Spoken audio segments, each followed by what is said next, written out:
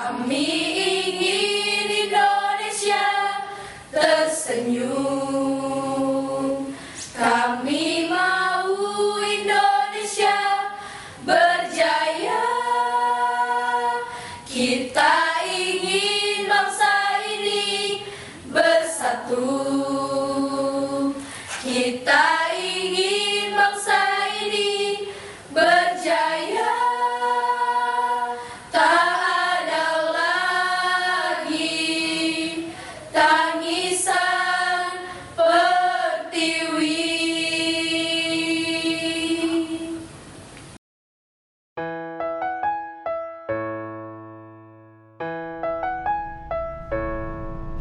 Pesona negeri ini yang kaya dan subur menjadi anugerah terbesar dari pencipta. Ragam suku bangsa dan segala perbedaannya dijadikan satu dengan dasar Pancasila. Damailah negeriku, ciptakan persatuan bangsa.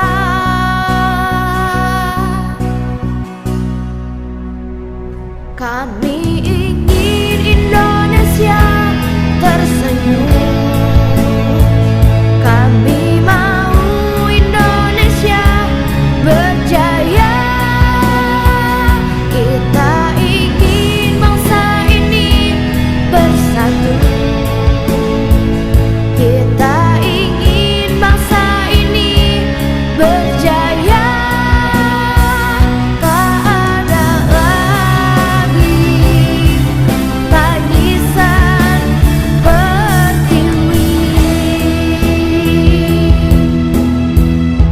Halo, selamat pagi. Bagaimana kabarnya kalian?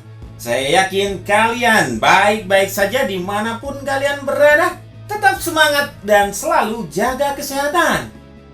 Lagu tadi berjudul Indonesia Bersatu, karya dari Pak Simamora, yang dibawakan oleh band Safax One dengan vokalisnya Cheris bersama dengan teman-temannya ya tentu saja. Lagu itu menggambarkan tentang keberagaman budaya, keberagaman suku bangsa di Indonesia yang menjadi satu dengan dasar Pancasila. Lagunya keren loh itu. Silahkan ditonton dan didengarkan, kalau perlu di-sharingkan kepada teman-teman kalian. Sesuai dengan materi kita kali ini, yaitu pluralitas masyarakat Indonesia. Saya ambil subbagian, yaitu berupa perbedaan agama dan budaya. Mari kita langsung ke materinya saja ya. Kita mulai dulu dari pengertian pluralitas. Kekayaan dan keanekaragaman masyarakat Indonesia, baik suku, agama, ras, pekerjaan, dan lain-lain, menunjukkan bahwa masyarakat Indonesia itu bersifat plural. Kata plural berasal dari bahasa Inggris yang artinya jamak, sedangkan pluralitas berarti kemajemukan. Pluralitas masyarakat Indonesia memiliki arti yang sama dengan kemajemukan masyarakat Indonesia. Indonesia juga bisa disebut multikultural, berasal dari kata multi yang berarti banyak dan culture yang artinya kebudayaan. Mari kita lihat faktor penyebab keberagaman masyarakat di Indonesia. Yang pertama ada letak strategis dan kondisi geografis wilayah Indonesia. Kemudian ada juga perbedaan kondisi alam dan iklim. Berikutnya ada perkembangan ilmu pengetahuan dan satu lagi penerimaan masyarakat terhadap kebudayaan lain. Kita mulai dari perbedaan yang pertama, yaitu perbedaan agama.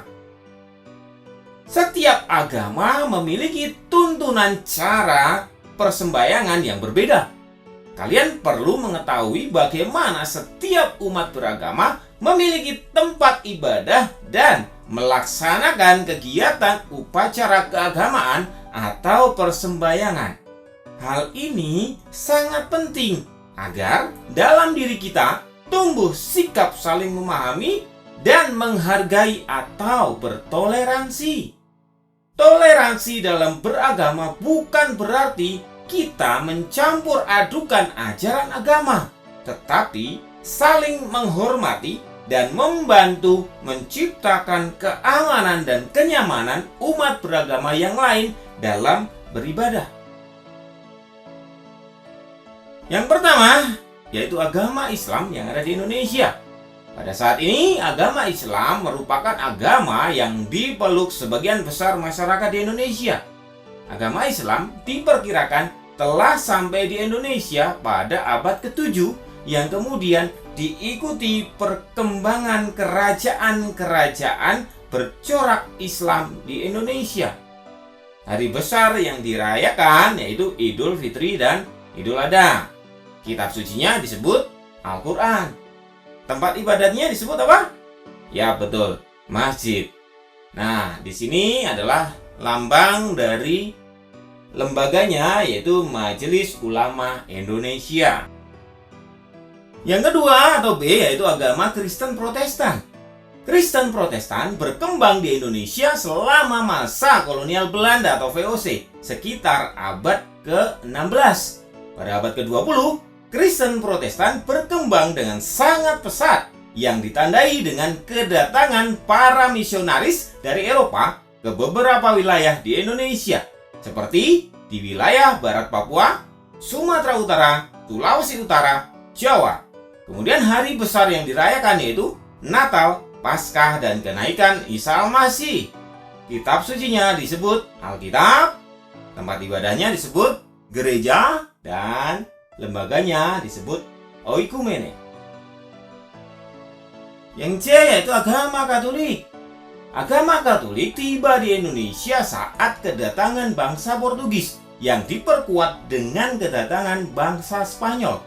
Penyebaran agama Katolik Roma di Indonesia dimulai di Kepulauan Maluku pada tahun 1534. Antara tahun 1546 dan 1547 yang dipelopori oleh Franciscus Xaverius.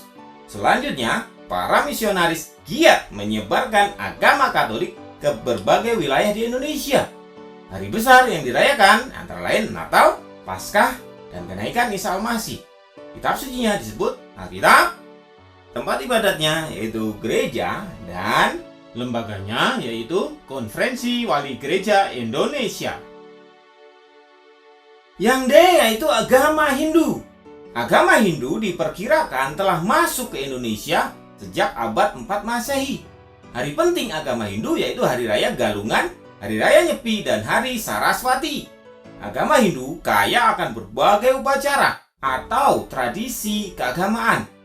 Tradisi-tradisi warisan agama dan kebudayaan agama Hindu juga mempengaruhi kebudayaan Indonesia yang masih berkembang hingga kini. Kitab suci agama Hindu yaitu Veda atau Weda. Tempat ibadahnya yaitu Pura, dan lembaganya disebut Parisada Hindu Dharma Indonesia.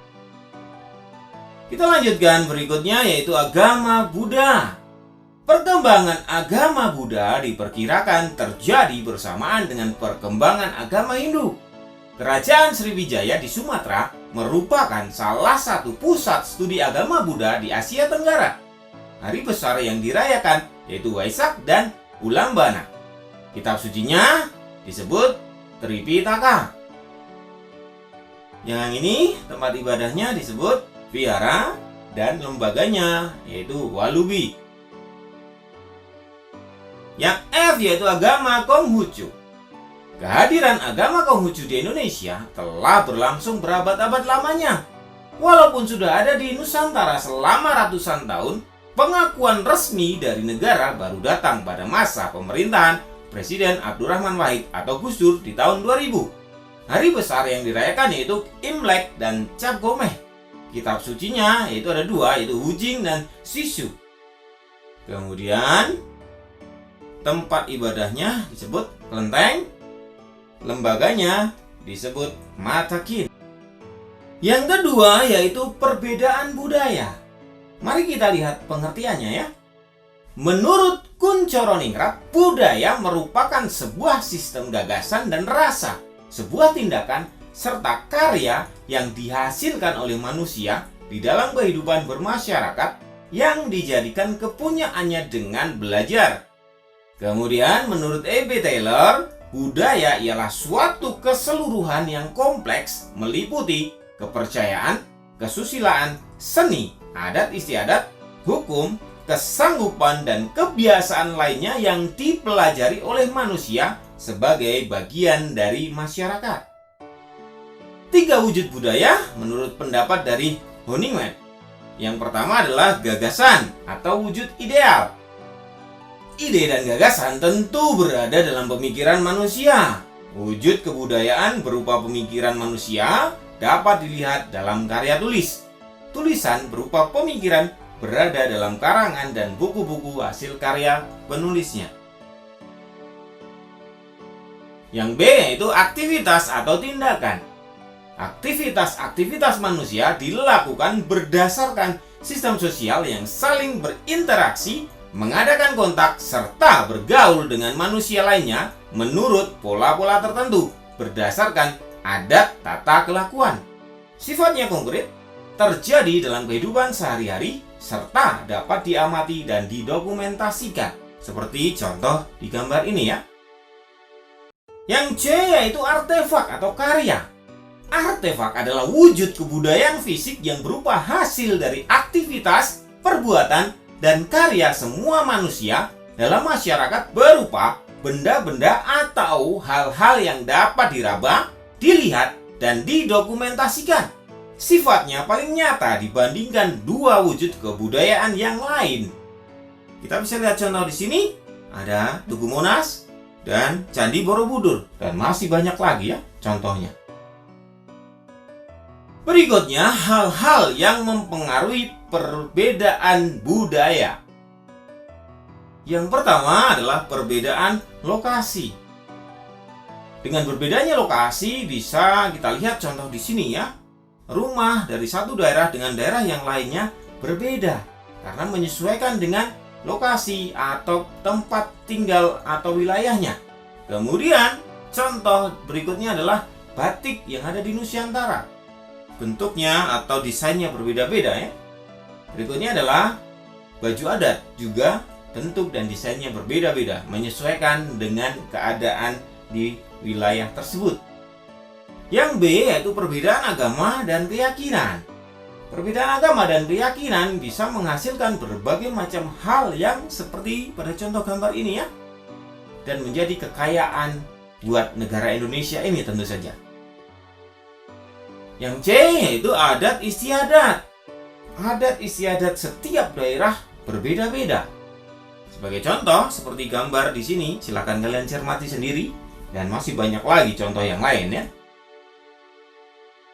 Kemudian yang D yaitu tradisi. Tradisi masing-masing daerah atau provinsi di Indonesia juga berbeda-beda. Mengikuti dengan nenek moyang mereka masing-masing yang sudah menciptakan tradisi berabad-abad atau puluhan tahun yang lalu. Demikian materi kita kali ini. Apakah kalian sudah mengerti? Jika belum, silahkan diputar kembali, ditonton kembali materi ini, dan dipahami ya. Jika sudah, silahkan untuk tonton, like, comment, and share. Dan subscribe channel ini sebagai bentuk dukungan kalian terhadap channel ini untuk terus menghasilkan karya-karya atau materi-materi yang bisa membantu kalian dalam belajar. Sampai di sini perjumpaan kita kali ini. Semoga materi kali ini sungguh bermanfaat untuk kalian. Dan satu lagi, tetap semangat, selalu jaga mood, dan selalu berdoa. Terima kasih, sampai jumpa. Pesona negeri ini yang kaya dan subur menjadi anugerah terbesar dari Pencipta.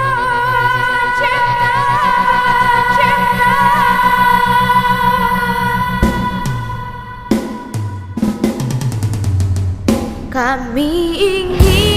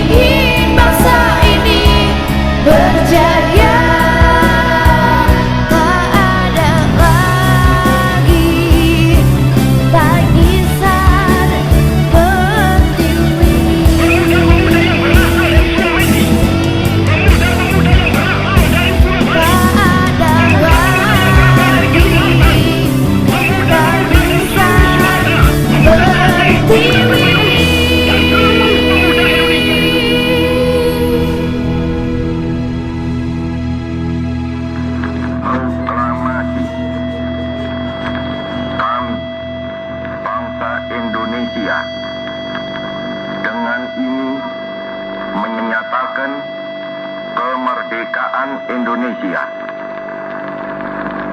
Hal-hal yang mengenai pemindahan kekuasaan dan lain-lain diselenggarakan dengan cara saksama dan dalam tempo yang sesingkat-singkatnya. Jakarta, 17 Agustus 1945, atas nama bangsa Indonesia, Soekarno, Hatta.